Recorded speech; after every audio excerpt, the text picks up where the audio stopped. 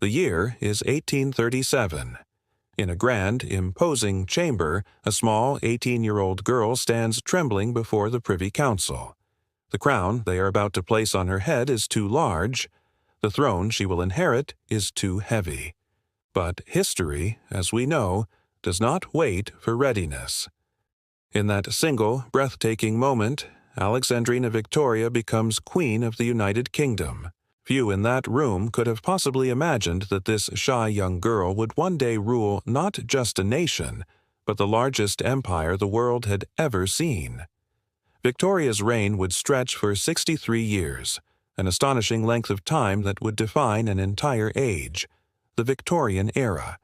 It was an era of steamships churning across oceans and railroads stitching continents together, of telegraphs flashing messages across the globe and photography capturing moments for the very first time.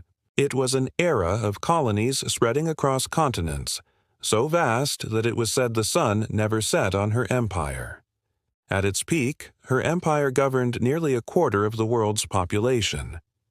But behind the iconic image of the stern, unsmiling queen, dressed in perpetual black mourning, was a woman of fiery passion, of deep contradictions, and of immense, unyielding power.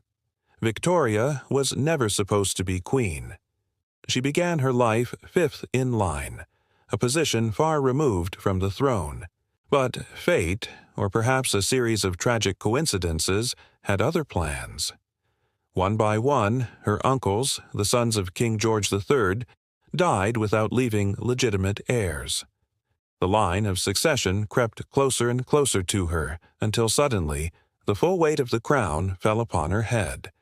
At just 18, she was Britain's first reigning queen in over a century. Her early years on the throne were anything but smooth. They were a trial by fire. She faced political manipulation from seasoned statesmen who saw her as a pawn. She was embroiled in palace scandals that threatened her reputation, and she endured the constant suspicion of powerful men who believed her too young, too emotional, and too weak to rule. But Victoria was made of sterner stuff. With a resolve that stunned her detractors, she declared to her people, "I will be good." And she was far more than good. She was strong. Victoria's greatest source of strength and her most enduring legacy came from her legendary love story. In 1840, she married her first cousin, Prince Albert of Saxe-Coburg and Gotha. Theirs was not a marriage of mere royal duty or political convenience. It was a true, deep, and profound partnership. Together, they had 9 children, a sprawling family whose marriages would weave a web of alliances across all of Europe's royal houses, earning her the nickname, the Grandmother of Europe. Albert was more than just her husband. He was her rock. He was her closest confidant, her most trusted advisor, the steady hand that guided her through the complexities of statecraft. He was the one who encouraged her passion for science, industry, and education.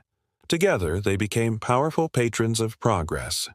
Their shared vision culminated in the Great Exhibition of 1851, a magnificent spectacle held in London's revolutionary Crystal Palace. It showcased incredible inventions and cultural treasures from across the globe, a dazzling celebration of the modern world being built under Victoria's name. But this idyllic partnership was destined for a tragic end.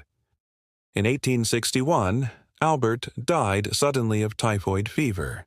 Victoria was utterly devastated. Her world collapsed.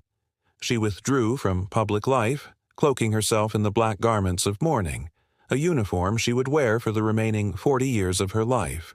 Critics, frustrated with her seclusion, began to call her the Widow of Windsor. Yet, even consumed by grief, her shadow continued to rule the world. While Victoria mourned her beloved Albert in the quiet halls of Windsor Castle, the British Empire grew relentlessly. India, vast swathes of Africa, Canada, Australia. The red of the British map spread across the globe until the sun truly never set on her dominions. In 1876, she was proclaimed Empress of India, a grand title that elevated her status to that of a matriarch for countless millions. Her image became one of the most recognizable in the world, spread through portraits, coins, postage stamps, and statues. From the bustling streets of London to the vibrant markets of Delhi, from the ports of Cape Town to the plains of Sydney, her name became synonymous with authority and power. She was no longer just a queen. She had become an idea, a symbol of British dominance. But this empire was not built on diplomacy alone. It was forged in fire and conquest. Colonization meant war, subjugation, and the often brutal oppression of indigenous peoples. Victoria's reign was marked by violent conflicts and revolts: the bloody Indian Rebellion of 1857, the fierce Anglo-Zulu War, and bitter conflicts in Afghanistan and China. While Britain celebrated its advances in science, industry, and wealth, millions living in its colonies faced hardship and lived under its harsh, uncompromising rule. This is the great paradox of her reign. To some, she was the grandmother of progress and modernity. To others, she was the empress of oppression. Beneath the heavy crown and the somber black veil, Victoria was a human being, full of life and complexities. She adored music and dancing, especially in her youth.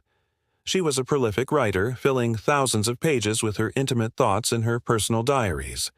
She could be incredibly stubborn, deeply emotional, and fiercely opinionated. She was no passive figurehead. She actively engaged with her government and clashed frequently with her prime ministers. She had a famously complicated relationship with two of them in particular: Benjamin Disraeli and William Gladstone. She adored Disraeli, who charmed and flattered her, famously calling her his fairy queen. In stark contrast, she detested Gladstone, who she found sanctimonious and felt lectured her endlessly. She was not a puppet monarch. She was a ruler with a powerful voice, and she made sure it was heard. Even in her old age, her influence remained immense. When she celebrated her Golden Jubilee in 1887, and then her Diamond Jubilee a decade later in 1897, the world watched in absolute awe. The streets of London overflowed with cheering crowds. Soldiers and dignitaries from every corner of her vast empire marched in her honor, a living testament to her global reach. The young girl who had once trembled at the thought of ruling had become the revered matriarch of the world. In January of 1901, after 63 years and 7 months on the throne, Queen Victoria died at the age of 81. The woman who had inherited a kingdom left behind the largest empire in history. Her death didn't just mark the end of a life, it marked the end of the Victorian era and the dawn of the uncertain, tumultuous 20th century. Victoria's legacy is as vast and complex as her empire. She was the grandmother of Europe, whose descendants would sit on the thrones of Britain, Germany, Russia, and Spain, their family ties failing to prevent the catastrophic First World War. She was a symbol of progress and morality, yet her empire embodied exploitation and racial hierarchy. She ruled over a world of stark contrasts, of profound love and crippling grief, of breathtaking progress and brutal conquest, of dazzling glory and deep tragedy. But one truth remains unshakable. She was more than a queen. For a time, she was the woman who ruled the world. The story of Queen Victoria is not just about one crown. It is about an entire age. But she was only one among many women who defied expectations and shaped empires. If you wish to hear more voices of queens who ruled, forgotten, fearless, and untold, join us. Subscribe and step into the hidden power of history. Thanks for watching.